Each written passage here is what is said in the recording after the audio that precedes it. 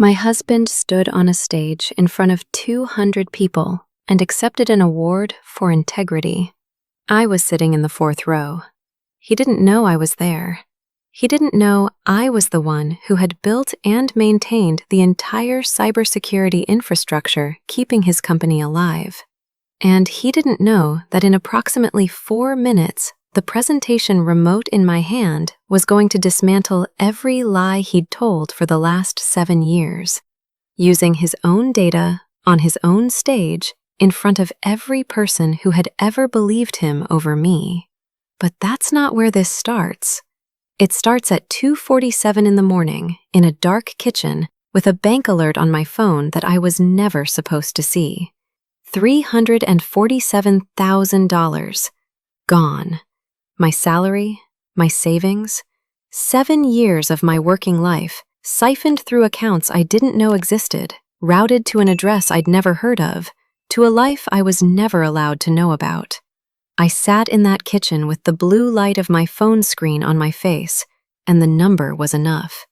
Not enough to understand, not yet. Just enough to know that something had been living in the walls of my marriage that I had never been allowed to see. My name is Christina Stevens. I'm 38, a cybersecurity specialist, and the woman whose husband built an entire second life, second home, second partner, second child, with my salary. While telling me I was too paranoid to check the bank statements, the man who stole that money was the same man who held my face in his hands on our 10th anniversary and whispered, "Everything I have is yours, always." That was Declan Voss, my husband, the father of my son. And when I mentioned one morning that a number looked off in our account, he tilted his head like I was a confused child and said, "Christina, sweetheart, I think your anxiety is creating problems that don't exist. Maybe it's time we talk to someone about your paranoia." He said that while the banking app was still open on his tablet behind him. If that made your stomach drop the way mine did, if you've ever been told that your own eyes were lying to you, hit like and subscribe right now, because what I'm about to tell you is a story I've been waiting 5 years to tell. How I traced every dollar, how I found the second family, how I spent 1 year in silent preparation, and how I walked into a room full of 200 people who believed his story and let the truth speak for itself. Drop a comment and tell me where you're listening from. I want to know who's here with me tonight. Before I take you to that stage, let me take you back to where it all began. Portland, Oregon, 13 years ago. I was 25, 2 years into my first cybersecurity job at a mid-size firm downtown. I had this habit of staying late on Wednesdays to run penetration tests when the servers were quiet. I'd sit in the glow of 3 monitors feeling like the only person alive who understood how beautiful a clean firewall architecture could be. That's who I was. Not the woman Declan's family would later describe as unstable. Not the woman his mother would call delusional at Thanksgiving dinner. I was the woman who could trace a data breach across 6 servers in 40 minutes and write the incident report before anyone else arrived in the morning. Declan walked into my life at a networking event hosted by the Portland Tech Alliance. He was 30, sharp jaw, dark hair, and this way of making you feel like the most important person in any room. The second time we spoke, he referenced a comment I'd made 3 weeks earlier about endpoint detection protocols. Nobody remembered my comments about endpoint detection. Nobody except Declan Voss, who filed every detail away like a man building a case file on how to make someone fall in love with him. We dated for 8 months. He brought me yellow tulips on our 3rd date because I'd mentioned once that my grandmother grew them in Corvallis. He drove 45 minutes to buy a specific brand of matcha I liked from a Japanese grocery store in Beaverton. On our first anniversary, he framed a printout of the first email I ever sent him. Subject line, your question about zero trust architecture. I want you to hold that image. The tulips, the matcha, the framed email. The man who remembered every detail I'd ever dropped because he was listening that carefully. Because the man who did those things is the same man who used every detail he'd collected to build a trap I didn't see coming for 7 years. We got married in September. Small ceremony in the Columbia River Gorge, fog threading through the trees. His mother Lorraine kissed both my cheeks and whispered, "Welcome to the family, dear." His father Pierce shook my hand with a grip that felt more like a transaction than a blessing. I should have noticed that. I didn't. The first sign came 6 months in. A credit card statement. $412 at a furniture store I'd never been to. Declan laughed when I asked. "That's the office chair I ordered for the home setup, babe. Remember? You were there when I picked it out." I wasn't there. But he said it with such effortless certainty that I thought maybe I'd forgotten. Maybe I was tired. Maybe it didn't matter. That was the first time he rewrote my memory. So small, so gentle, like someone erasing a single letter from a sentence. You don't notice until you try to read the whole thing years later, and it no longer makes sense at all. The pattern didn't announce itself. It crept in like water under a door, slow enough that you don't notice until the floor is already warped. Year 2. I was promoted to senior security analyst. Salary jumped to $112,000 a year. Declan had just started his own tech consulting firm, Voss Strategic, and we agreed my income would carry us while his business grew. That made sense. I believed in him. What I didn't know was that carrying us meant something entirely different to Declan. I was paying the mortgage, the car notes, the insurance, the groceries, while his quarterly reports, those beautifully formatted spreadsheets of revenue projections and client acquisition costs, were fiction. Every number a lie, delivered with the same steady-eyed confidence he'd used to pitch a real client. Year 3.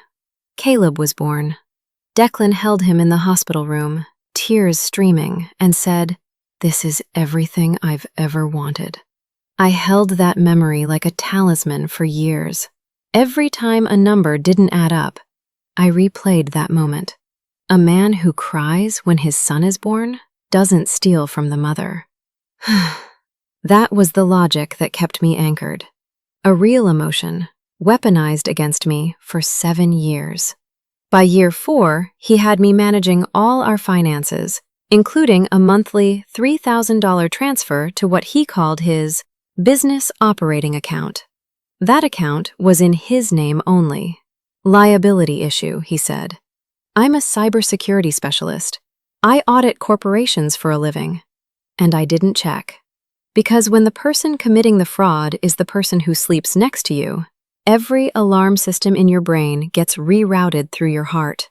And the heart doesn't audit. $3,000 a month, $36,000 a year, for 6 years. $216,000 just from the monthly transfers. That didn't count the credit card charges, the emergency withdrawals, the client dinner expenses from a firm with 3 real clients and annual revenue under $40,000. But the cruelty wasn't the stealing, it was the erasing. "Babe, you approved that transfer last Tuesday, don't you remember?" "Christina, that's the auto payment we set up months ago. I'm worried about you. I think the stress of Caleb and work is catching up with you. Maybe we should look into that therapist." I went to the therapist. I sat on a beige couch every Thursday for 8 months and described a world in which I couldn't trust my own memory. She never once asked to see the bank statements. That's the thing about gaslighting. It doesn't just change what you see, it changes what you believe you're capable of seeing. By year 5, I had stopped checking the accounts entirely. Not because I trusted Declan, because I was terrified of what I might find. And even more terrified that I might find nothing. Because if the numbers were fine, then the problem was me. Lorraine reinforced this at every Sunday dinner in Lake Oswego. She'd pat my arm and say, "How are you feeling, dear? Declan mentioned you've been having a hard time with stress." She said it with such convincing concern that everyone at that table absorbed the message. Christina is fragile. Christina needs to be managed. I smiled and said I was fine, every single time. Year 6 was the year I almost disappeared entirely. Declan suggested I leave my job. He framed it as love. "You're burning out, Chris. Caleb needs you home. I can cover us. The firm is doing well." The firm had never done well, but the woman sitting across from him, exhausted, worn down by 5 years of being told her instincts were symptoms, that woman almost said yes.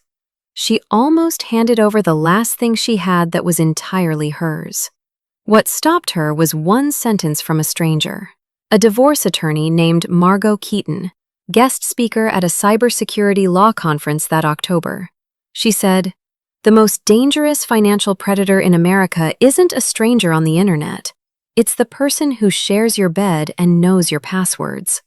Something in those words activated a dormant system in my mind, the part that was trained to detect anomalies, the part Declan had spent 5 years trying to put to sleep.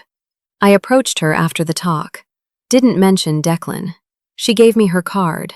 I put it in my blazer pocket and left it there for 14 months. But in the quiet hours after Caleb fell asleep, something had reawakened. I started looking at the real numbers, buried in account histories, transaction logs, and the digital footprints that even the most careful person cannot fully erase. I didn't confront Declan. I opened my laptop at 11 p.m. and ran the same trace I would run at work when a client reported unauthorized access. Methodical, patient, following the data wherever it led. By December, I had the first discrepancy. A recurring $1,850 monthly lease payment to a property management company I'd never heard of. Our home office was in the basement. Voss Strategic had no physical location. By March, I had the address. Beaverton, the same town where he'd once driven 45 minutes to buy my matcha from a Japanese grocery store. A 3-bedroom rental. Tenant, D. Voss. Lease active for 4 years. I sat in a parking garage at work and could not breathe. Then I drove to a park near the Willamette River and sat on a bench until the sun went down. My phone buzzed with a text from Declan. "Hey babe, picking up Caleb from daycare. Want Thai for dinner?" I had found a second home, 32 minutes from ours. But finding a house was only the beginning of what I was about to find. The next part, what came next, is something I have never been able to fully prepare for, even in the telling. If you're here with me, subscribe now, because what I found next changed every single thing. I need you to understand something about the moment everything cracked open. It wasn't a dramatic confrontation. It wasn't a phone call. It wasn't even something I went looking for. April, a Tuesday. Declan left his tablet charging on the kitchen counter when he went to shower. Caleb was napping. The house was silent. I was looking for a recipe on the shared browser, that's all. A recipe. The tablet opened to a cloud storage folder he had forgotten to close. Hundreds of photographs, organized by date. A woman I had never seen, standing in a living room I didn't recognize, holding a child who looked about 2 years old. The woman was smiling. Declan was smiling. The child had his jaw, that angular line I used to trace with my finger when he fell asleep beside me. The exact same jaw I looked at every morning on my son Caleb. The shower was still running upstairs. I had maybe 4 minutes. 8 months of cybersecurity forensics had trained a reflex I didn't know I had until that moment. I took screenshots of every photograph, airdropped them to my work phone, deleted the airdrop history on both devices, closed the folder, opened the recipe app, turned on the stove. Declan came downstairs with wet hair and asked what smelled good. "Arrabbiata," I said. My voice didn't crack. My hands didn't shake. Something inside me had gone through a complete change of state, like ice becoming water in a single instant. The trembling was gone. The 5 years of doubt were gone. What was left underneath all of it was something I hadn't felt since the first night I stayed late in the server room alone. Clarity. Clean. Absolute. Surgical. clarity. That night, after he fell asleep, I looked at the photographs again. Through a window in one image, I could make out a street sign. I cross-referenced it with the Beaverton address. It matched. A second home, a second partner, a second child, built and maintained with my salary for 4 years, while the man who built it told me I was too anxious to look at the bank statements. I reached into the pocket of the blazer hanging in my closet, the one I'd worn to the cybersecurity law conference 14 months ago. Margot Keaton's card was still there. The edges had gone soft from being forgotten. I smoothed it flat on my nightstand. The next morning at 8:15 a.m., I called her. 4 words. I need your help. She said 3. Come in today. I sat in her corner office overlooking the Burnside Bridge and laid out everything. The transfers, the shell accounts, the Beaverton lease, the photographs. Margot listened without interrupting for 47 minutes. When I finished, I braced for the gentle head tilt, the same look the therapist had given me on the beige couch. Instead, Margot's eyes sharpened. She leaned forward. Christina, you don't just have a case. You have a blueprint. And you have the exact skill set to build it yourself. A pause. How would you feel about being your own forensic investigator? That was the first time anyone had looked at what I could do and called it a weapon instead of a symptom. I sat in that chair and felt a part of myself come back to life that I had stopped looking for. Margot told me not to leave yet. If you leave now, he hides everything. We document first, then we move. So I stayed, slept in the same bed, cooked the same dinners, smiled at Sunday lunches while Lorraine asked about my stress levels. And every night, after Declan fell asleep at 10:30, I opened my laptop and built Project Nightfall, the encrypted folder that would eventually dismantle his entire life. The shell accounts were layered through 2 LLCs and a holding company registered in Nevada. Clumsy. A real financial criminal would have used offshore accounts. Declan was smart enough to lie to his wife. He was not smart enough to lie to a cybersecurity analyst who audited Fortune 500 companies. He was hiding money the way a child hides a toy under a blanket. Each night, I peeled back another layer. The second car, a Honda Accord registered to Ren Ashton. Monthly Venmo payments labeled groceries, daycare, ballet class. He was paying for ballet classes for a child I didn't know existed, with money I thought was funding his business. Everything was copied, encrypted, stored in 3 separate secure locations. Margot connected me with a forensic accountant who spent 3 weeks constructing a formal audit. 47 pages, dollar by dollar. $347,000 over 7 years.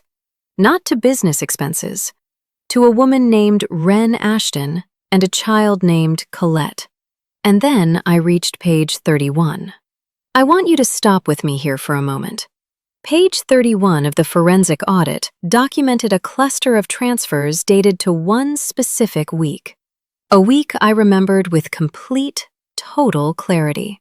The week Caleb was 14 months old. The week he was admitted to the pediatric ICU with RSV. I had sat in that ward for 3 nights, watching my son breathe through a tube, listening to monitors, holding his tiny hand through the crib bars. Declan came and went. He brought coffee. He told me he loved me. During those 3 nights, while I sat in that ICU, Declan made 2 wire transfers totaling $6,800. A down payment. For a crib. For Colette. I read that page at my desk, office empty, at 11:30 at night. Then I closed the report, pressed my palms flat against the desk until they stopped shaking, and I thought of Caleb's hand around my finger through those crib bars. If this story is hitting you somewhere you didn't expect, if you need a second, I understand. Like this, so I know you're here. I read every one. I made a decision. I would not confront Declan. I would not yell. I would not cry. I would wait until the moment the truth could do maximum damage to the lie, and I would let the evidence speak for itself.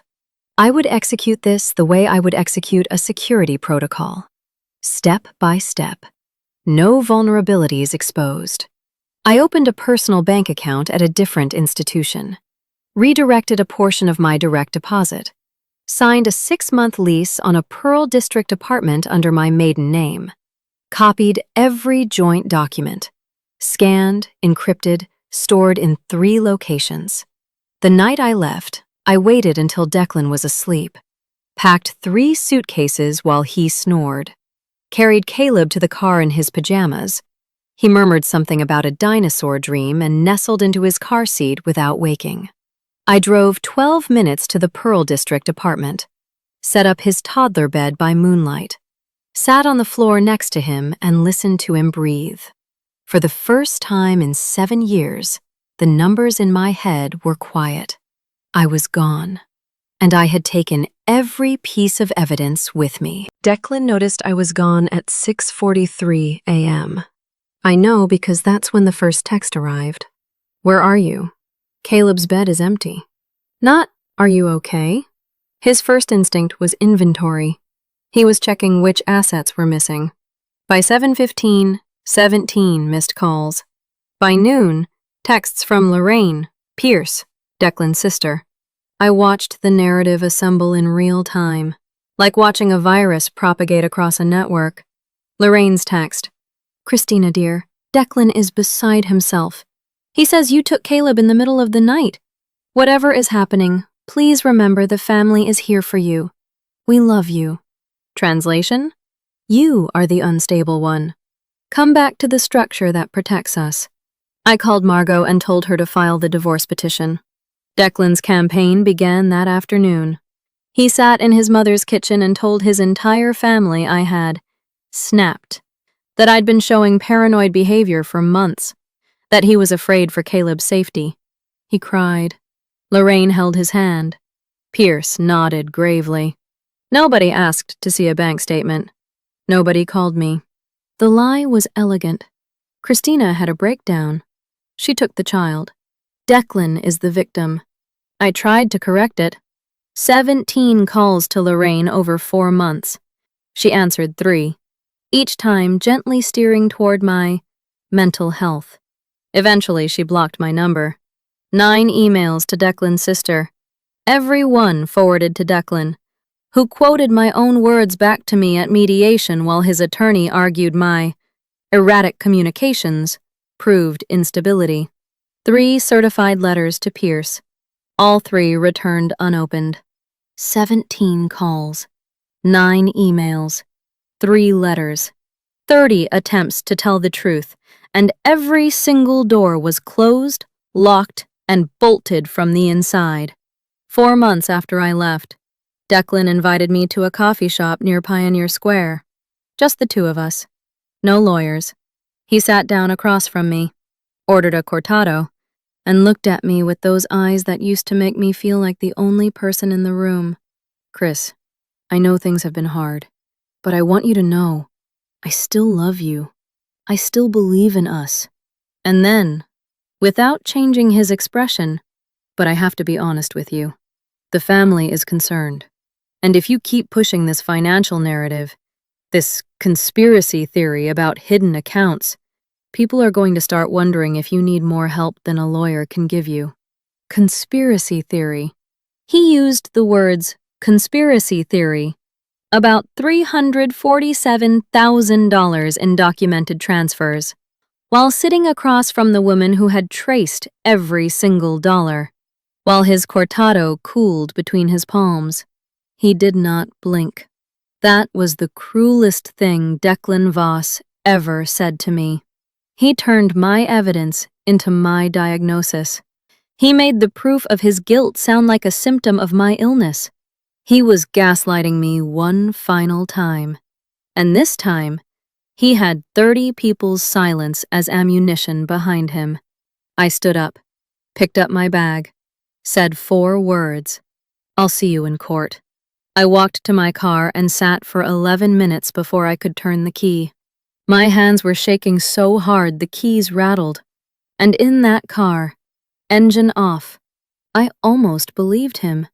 For 11 minutes, I almost thought maybe I was the one who was broken. I want to stop here and ask you something directly, because I think about this question all the time. If the person who had stolen everything from you looked you in the eyes and told you that the evidence of their theft was proof of your mental illness, would you have kept fighting? Or would you have started to believe them? Tell me in the comments. I genuinely want to know. Because what I decided next is the thing I'm most proud of in my life. I kept fighting. Not just kept. I rebuilt myself from the circuit board up. At work, I was evaluated for a promotion. 3 months in, a mid-size pharmaceutical client suffered a breach, contained in 48 hours. But the initial detection gap had happened on my watch, during a week when the discovery motion had consumed 3 consecutive nights. I found the breach myself, closed it faster than any previous case on record. But the gap was real. My boss sat me down. "Stevens, you caught it. You closed it. But you had 4 hours you can't account for. What do I need to know?" I told her enough. I had a personal situation affecting my bandwidth for 1 week. It won't happen again. She studied me, then pushed a promotion contract across the desk, the biggest client we'd ever signed. Don't let me regret this. I didn't. What Declan had stolen was real. He had not taken my competence. 3 weeks later, the new client's onboarding files landed on my desk, and the name at the top nearly knocked me out of my chair.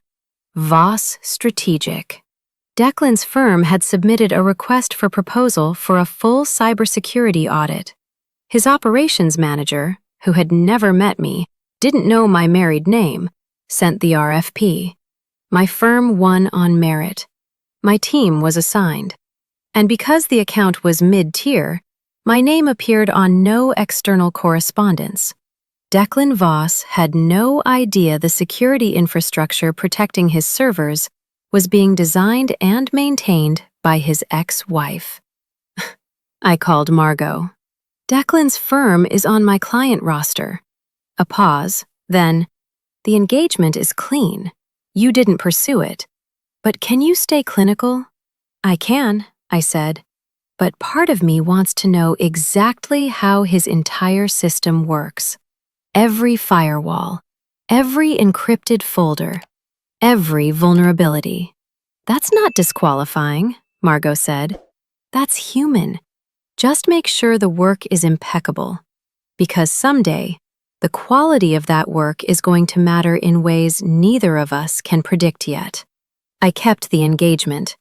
Every protocol was impeccable. Because I was not the kind of person who did incomplete work, regardless of who it served. The system he depended on was built, piece by piece, by the woman he was telling everyone had lost her mind. A colleague found out through the grapevine.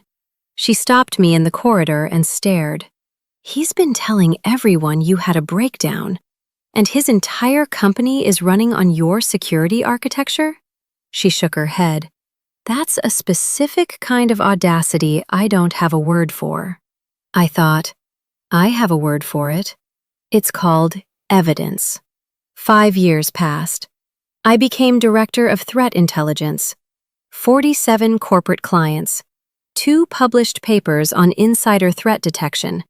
A keynote at the RSA conference. A 3-bedroom townhouse in the Alberta Arts District with a yard where Caleb, now 8, had started calling it our real home.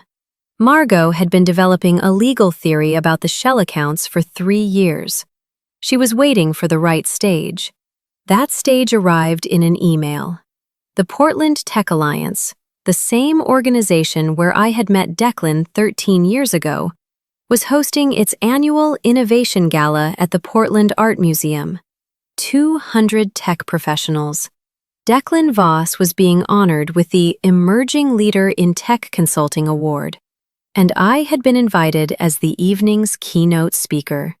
My presentation, scheduled for 8 p.m., Invisible Threats: How Insider Financial Fraud Hides in Plain Sight. His road, my keynote.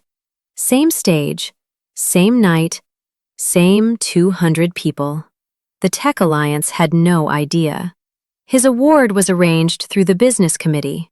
My keynote through the cybersecurity track. 2 departments, no cross-reference. Margot called me when her contact confirmed the photos. Her voice was controlled, but something electric was running underneath it. Christina, this is it. This is the room. Would you have walked onto that stage? Knowing who was sitting in that audience? Knowing what it would cost?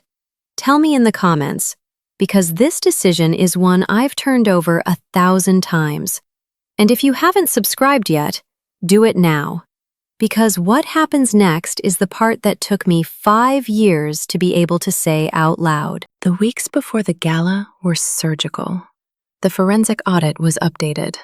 The supplementary report from my junior analysts, who had independently flagged the same shell account structure during a routine audit of Voss Strategic, without ever knowing it was my ex-husband's firm, was cross-referenced with my original findings and certified. Court motions were pre-filed, ready to activate the morning after. The night before the gala, I sat in Caleb's room after he fell asleep. His nightlight cast blue constellations on the ceiling. His solar system model on the dresser, Saturn's rings slightly crooked because he'd insisted on gluing them himself. I listened to him breathe and thought about the woman I'd been 5 years ago, sitting on the floor of an empty apartment at midnight, wondering if she was strong enough. She was. She had been all along. That evening, I drove to the Portland Art Museum alone. Blue uplights on the facade. 200 people who had read about Declan Voss in the Portland Business Journal and thought, rising star. 200 people who had no idea the rising star was funded by theft from his first wife.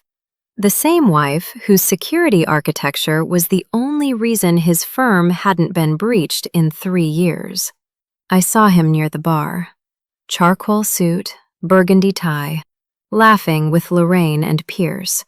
His mother was telling someone about my son's incredible work ethic. Then he saw me. The laugh stopped. He crossed the room in 12 steps, jaw set in that way I recognized from mediation, the face he wore when he was about to reframe reality. "I know what you're planning," he said, voice low, "and I want you to understand something. No one in this room is going to believe a woman who walked out on her family in the middle of the night. You made your diagnosis the day you left." I looked at him. I thought about page 31, Caleb in the ICU, a wire transfer for a crib. I said nothing. I smiled, not warmly, and walked to the speaker check-in table.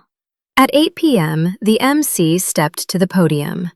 Our keynote this evening comes from one of the Pacific Northwest's leading voices in cybersecurity. Please welcome Christina Stevens, Director of Threat Intelligence. I walked to the podium, adjusted the microphone, scanned the room. Declan was in the 6th row. I watched the exact moment he saw the presentation remote in my hand and understood this was not a standard talk. His jaw tightened. I began. "Good evening. Tonight, I want to talk about invisible threats, the ones we don't see because we trust the person standing next to us." First slide, general statistics on insider fraud. I could see Declan's shoulders drop a fraction. He thought this was just a talk. To illustrate these patterns, I'd like to walk through a case study my firm encountered during a routine cybersecurity audit, a mid-size consulting firm right here in Portland. Second slide, a timeline. 7 years of financial transfers, account structures, shell companies, Anonymized, nothing. Third slide. 23 shell accounts, 2 LLCs, a holding company in Nevada. What made this case remarkable was not the complexity of the fraud. Frankly, the structure was unsophisticated. I let that word land. What made it remarkable was the duration. 7 years. $347,000. Transferred from a joint marital account into shell entities controlled by one partner, without the knowledge or consent of the other. The funds were diverted to maintain a secondary household, a second partner, a child, while the defrauded spouse was systematically told that her concerns were symptoms of anxiety. A chair shifted in the 6th row. A woman in the 3rd row covered her mouth. Lorraine sat with a specific pallor. The look of someone watching a building she helped construct begin to fall. I clicked the final slide. A single line. Cybersecurity services for the audited firm provided by Stevens Threat Intelligence. Engagement lead, Christina Stevens. Then I said 6 words. Quietly. The sentence I had carried for 5 years. The audited firm is Voss Strategic. The room didn't react immediately. There was a delay. The way there's a delay between lightning and thunder. Then a sharp intake of breath. Then another. Then murmuring, low and rolling like a tide coming in. Declan stood, chair scraping the floor.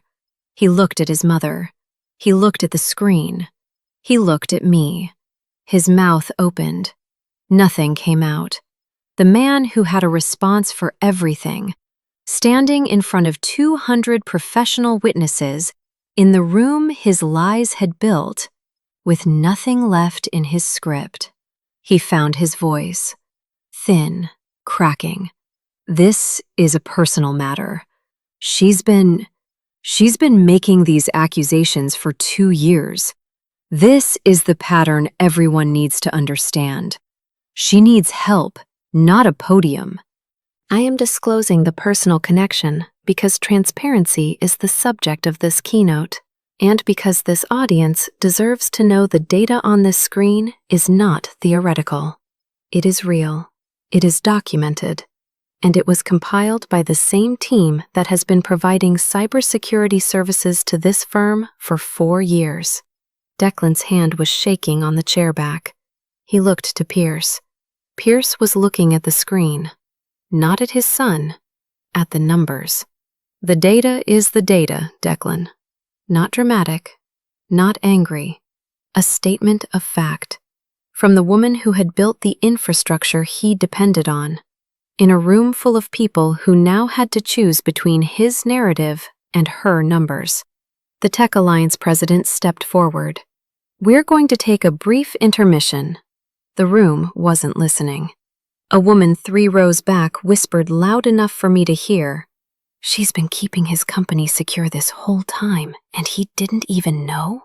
Lorraine sat frozen, hands folded, eyes forward, as if by not moving she could make it unhappen. I gathered my notes, stepped away from the podium, walked through the silent lobby into the October night, sat on a stone bench beside the museum entrance. And then I broke. Not in front of them. Never where they could see. I covered my mouth with both hands and cried until my ribs ached. Not from sadness, but because I had been carrying the weight of that truth for 5 years. And in 4 minutes, it had left my body and entered the room. The air smelled like wet leaves and something I hadn't felt in 7 years. Freedom. I sat there until my breathing steadied. Then I texted Margot. It's done. She replied, I know. I was in the back row. The first domino was the healthcare CEO who had been shaking Pierce's hand earlier that evening. By 9:30 p.m., less than 90 minutes after my slides hit the screen, He had called his general counsel, requesting an immediate review of all contracts with Voss Strategic. Contract suspended Monday. Terminated Friday. $180,000 in annual revenue. Gone in 5 business days. The second domino was social. 200 people with phones. By midnight, Portland's tech channels were buzzing. The information traveled the way it always does in a professional community, through quiet retellings, through the gradual withdrawal of trust. Declan's phone stopped ringing. Referrals dried up. People didn't punish him publicly. They just stopped believing him. For a man whose entire business ran on trust, the quiet was worse than a boycott. The third domino surprised me. Lorraine. 2 weeks after the gala, she requested a meeting through Margot. Margot advised me to decline. I didn't.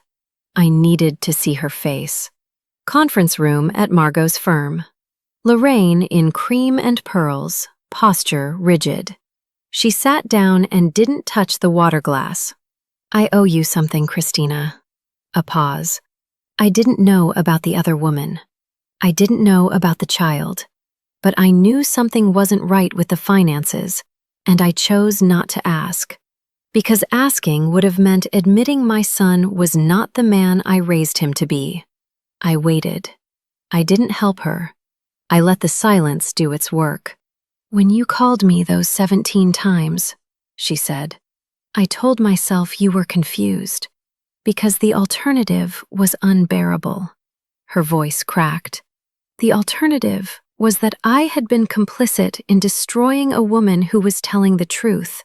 You were complicit, Lorraine. She flinched, nodded.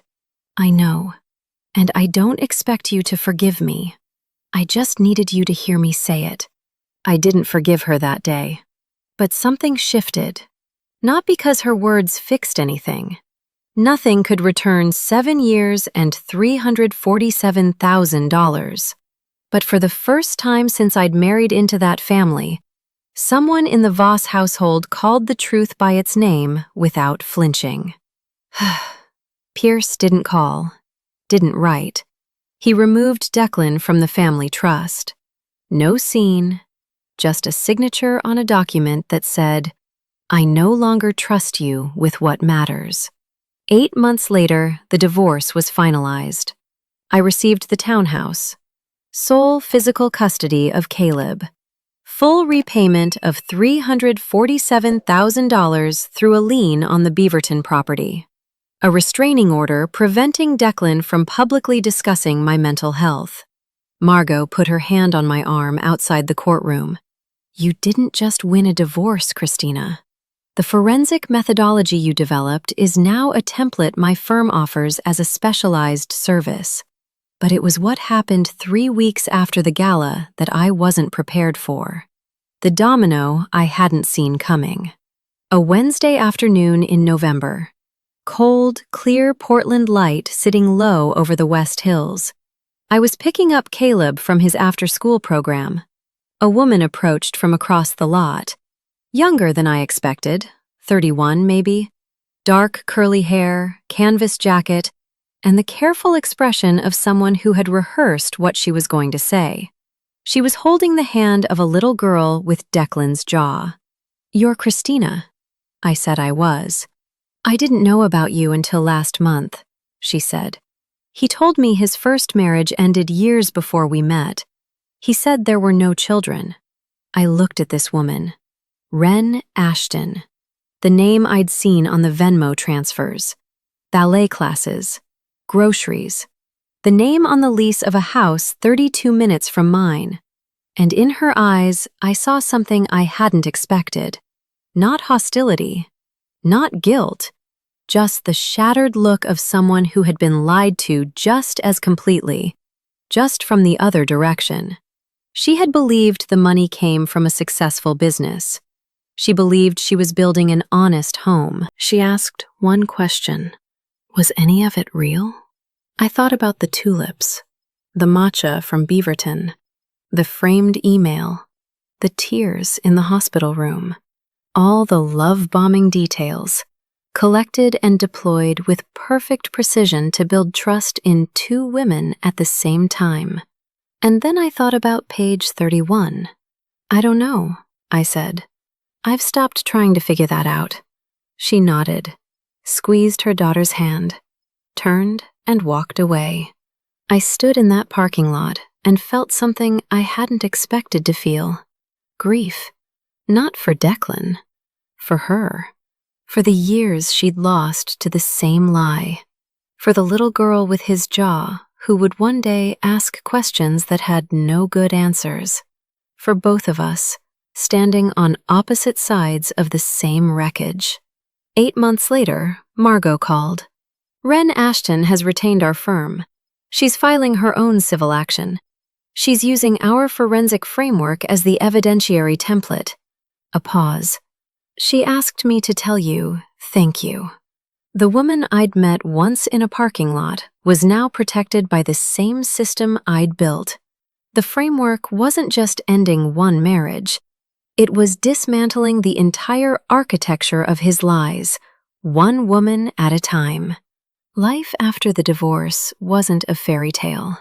It was Tuesday mornings and permission slips and a thermos of coffee at my desk by 7:30. It was Caleb asking why his dad lived in a different house and me finding ways to answer honestly without breaking him. It was Sunday mornings at the Alberta Farmers Market where he picked out misshapen tomatoes because he said the weird ones had more personality.